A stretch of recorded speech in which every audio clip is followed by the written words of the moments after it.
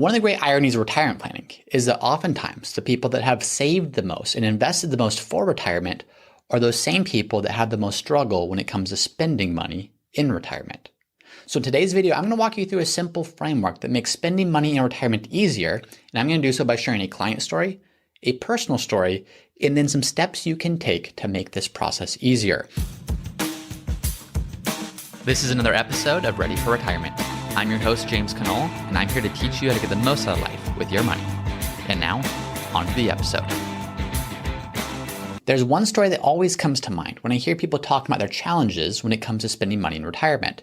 This story goes back a couple of years. I just started meeting with a couple of new clients. The husband was successful, had a business, sold a business. Wife was successful, had a business, sold a business. Wonderful people, great portfolio, great position to support all their goals that they had in retirement. We started working together and we started running some projections and saying, based upon the portfolio that you have, what can you support when it comes to your retirement? And we ran through their projections and saw they could support a very comfortable retirement and even then have a whole lot of money left over at the end of retirement than they had going into retirement. In other words, we started solving for how much more money could you spend before you actually start running the risk of truly outliving your money. And as we ran these projections, we started showing them they could spend an additional 6 figures per year for the rest of their retirement and still be in a great position to not outlive their money. So we walked away from this meeting and they were excited. They saw this was eye-opening, and they thought that they were just going to start living. And they were living a comfortable lifestyle, but they saw this, and I think what was going through their mind is, oh my goodness, it's going to be easy now to go spend. It's going to be easy to understand that we can spend and will spend more now that we know we can spend more. So that was the thought process, that rationally understanding we can do this makes it so that we will go do it and it will be easy to do so. So we had that meeting, and maybe a week or so later, they were actually in town. So I'm down in San Diego, they were in town visiting, and we got together for lunch. And I'll always remember at lunch a story that they told me. They were visiting here in San Diego, they had gone out to a nice dinner, and they got back to their hotel room. When they got back to the hotel room, the husband was thinking, you know what, I actually want something for dessert. And he went over to the little mini bar in the hotel, and he saw a bag of M&Ms, and that bag of M&Ms sounded delicious to him. So he went to grab that bag, but then he read the menu right next to it that said M&Ms, $5. And he saw that and he thought, why on earth would I pay $5 for this bag of M&Ms? And instead of taking that and saying, you know what, James just showed us and modeled out for us that we could spend way more money than we're actually spending and still be completely fine for the rest of our retirement.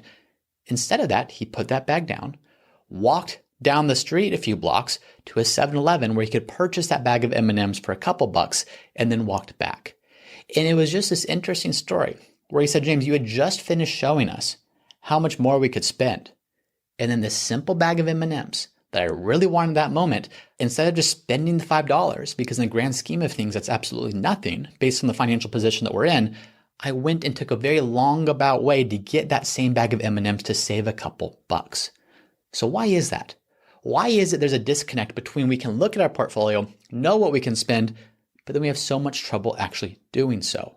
So we're going to walk through a simple framework, a simple process. If that's you, if that story resonates, what can you do to make spending actually pretty simple? And by the way, I think everyone has this type of a story. I remember as a kid. So I grew up, my dad was a pastor. I was the oldest of 4. My mom worked some jobs here and there, but was mostly staying home to take care of kids.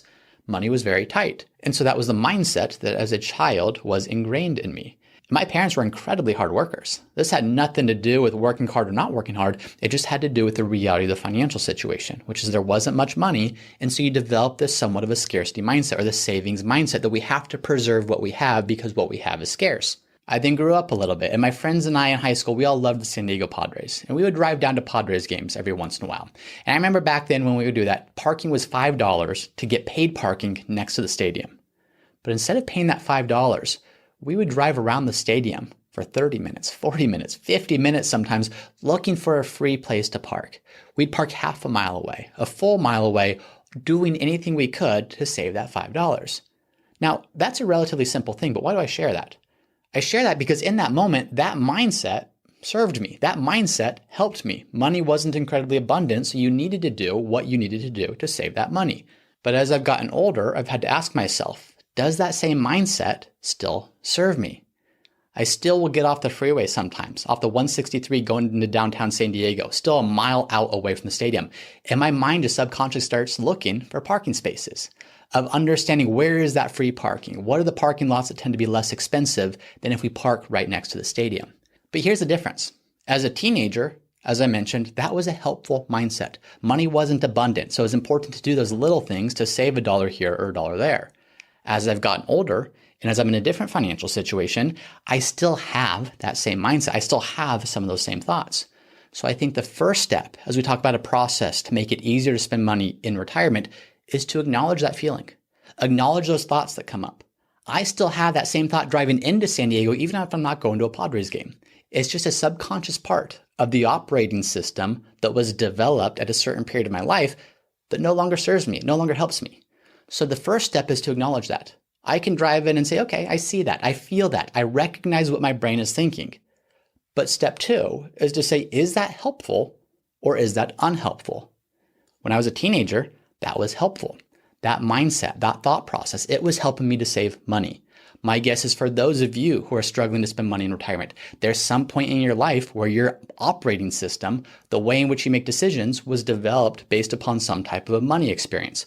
Probably a money experience based upon scarcity or a lack of money or some financial hardship that you went through. Those experiences, whether we know it or not, whether we're conscious of it or not, are the things that are shaping the way that we view money. Those things don't just go away overnight, even once your portfolio balance and your income level increases, even if it increases quite dramatically like it had for my client. So that's the second step. Once you recognize the feeling, feel that, acknowledge it, know that it's there. Step number 2 is saying, is this serving me or is this not? It might be. And as I mentioned, as a teenager, that absolutely was helping me. Now, as I'm older, if I'm driving down to a Padres game and if I bring my wife and 2 kids, that thought process is not going to serve me.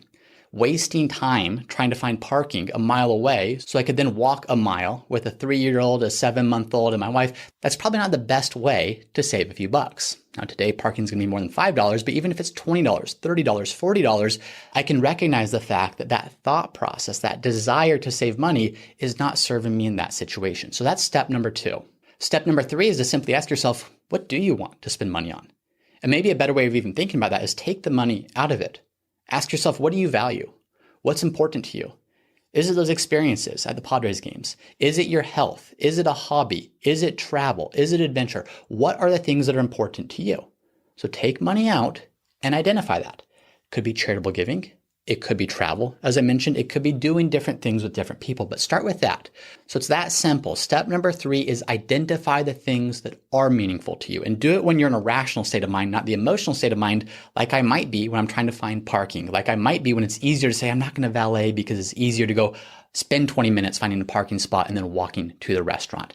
Step number 4 then is to create a system that makes saying yes to those things that you value easy. For example, let's say health is something that's important to you. Identify that. Step number 2, how do you make it easy to pursue that? Well, maybe you go sign up for personal training lessons at the local health club. Maybe you get a nice gym. Maybe you get something that you wouldn't otherwise feel comfortable spending money on. But by paying for those lessons, it's going to commit to you going to that. There's going to be a forcing mechanism that's going to keep you committed to that because you've paid for it, because you've identified it in advance. Or maybe fun is something that's important to you, but you can't bring yourself to go out and spend that money on a nice dinner. You can't bring yourself to go spend money on the activities that you see other people spending money on. Well, what if you started hanging out more with the friends that do those types of things? Maybe you have friends on every Wednesday night. They go to a dinner and a movie. You might not be able to bring yourself to do that if you had to make the decision every single week to do that on your own. But if you surround yourself with those friends that are doing the types of things that you want to do, it becomes easier. There's going to be that healthy peer pressure that moves you closer to doing the things that you want to do. So you're not relying on your own discipline, as odd as it is to say that spending is a discipline. It can be. You don't want to have to rely upon that. Rely upon the system that says, I'm going to create an environment that makes it easier to do the things I want to do. In this case, the environment is the friends. These friends are already doing fun things, going out to these types of a dinner. Spend more time with them. Now be careful with this, because if you say, you know what, I don't enjoy golfing, but you start hanging out with your golf friends, and now all of a sudden that peer pressure is taking you to the golf course, and you're spending all this money on something you don't even like doing, that's just wasteful. You're not going to feel good about it. So don't spend money. Don't create systems that make it easy to say yes to things you don't enjoy doing, but make it very easy to say yes to the things you do want to enjoy doing, the things you do want to align your spending with. For me personally, This system, if we want to call it that, is my spouse. My spouse's name is Ashlyn. And I remember when we got married, she was a very good saver. But I think that when we did get married, she recognized the fact that, okay, James is kind of the money guy. James is also naturally a saver. So she felt less pressure to carry that by herself, and she felt a little bit more free to spend. Now, I'm actually grateful for that because left to my own devices, my tendency would be to save, would be to invest, would be to say no to certain things and instead save that money, defer that money for other things.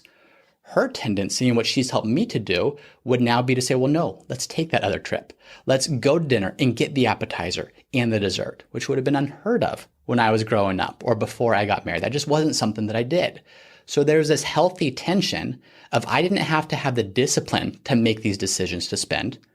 And again, backing up big picture, very different financial situation now versus earlier in my life or even as a young adult. So that, of course, should be a given. Don't start spending more if you're not in a good financial position to do so. But who I'm specifically talking to is those people that are in a good financial position and still struggle to spend money in retirement.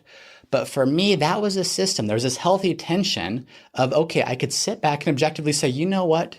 Does getting an appetizer and a dessert when we go out for dinner, is that adding to the experience we're going to have together? The answer in many cases is yes. So when I look at the extra money required to do that and think of, okay, well, what's the alternative? That's something that I'm glad in this situation, my wife helps me to do more of. When it comes to taking trips, I am glad my wife pushes for more trips and more experiences on those trips that I would not have felt comfortable spending money on earlier in life. But now there's this forcing mechanism. Now there's this system that I don't have to make these decisions on a one-off basis. We have this healthy tension in both directions. And so that can be your spouse, that can be a friend group, that can be anything. But the more you have a system to help making spending money on the right things easier, the better off you're going to be. Because if it just comes down to, do you have the willpower to make these one-off decisions here and there and everywhere, that willpower is probably not going to last. You're probably going to revert back to or default back to that tendency that you have, which is to not spend money and save it instead. So those first 4 steps are almost like the structural things that you need to do. When you have those feelings that it's difficult to spend, acknowledge it. Number 1. Number 2 is ask yourself, is this still serving me or is this no longer serving me because I'm in a different financial position and I now value things differently?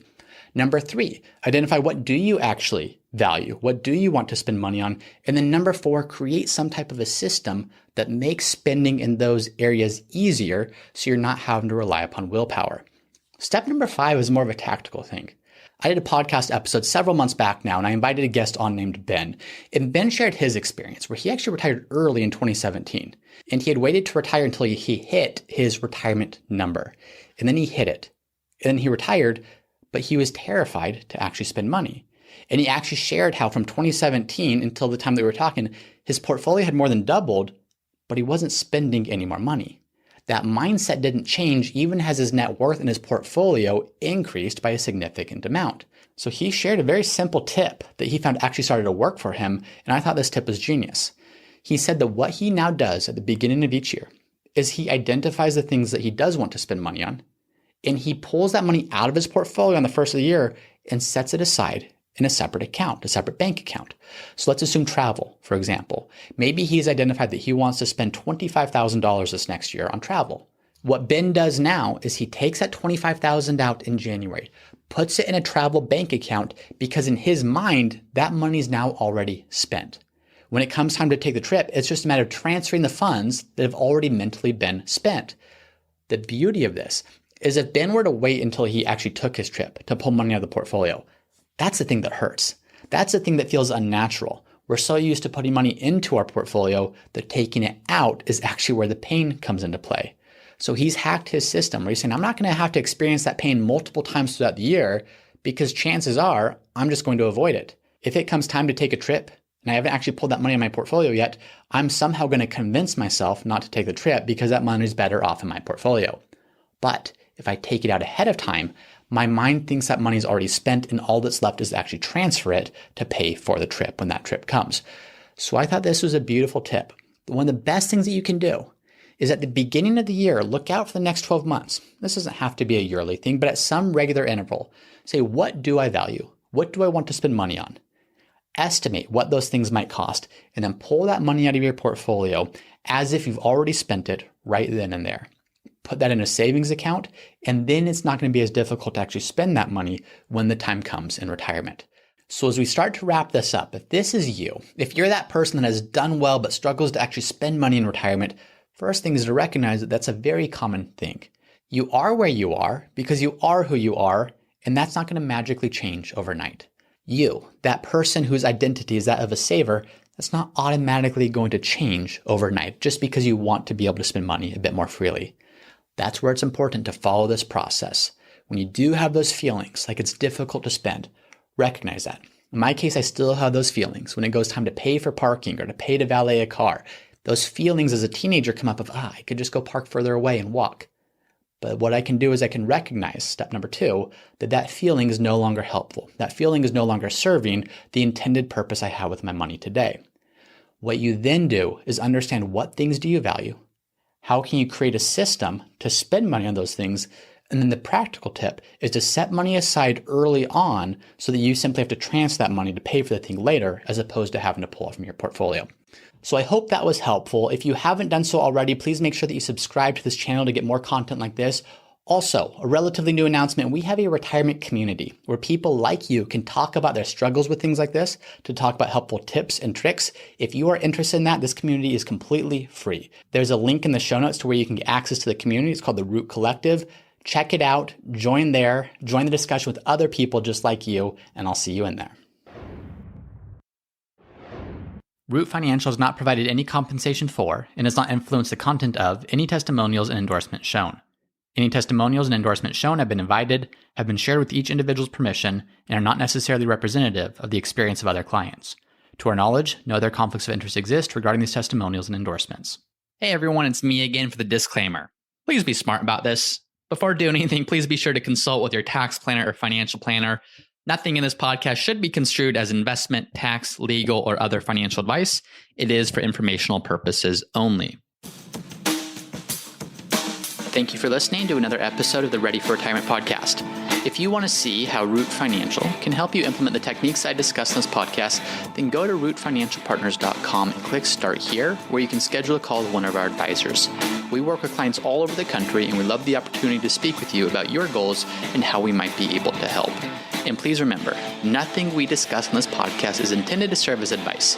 You should always consult a financial, legal, or tax professional who's familiar with your unique circumstances before making any financial decisions.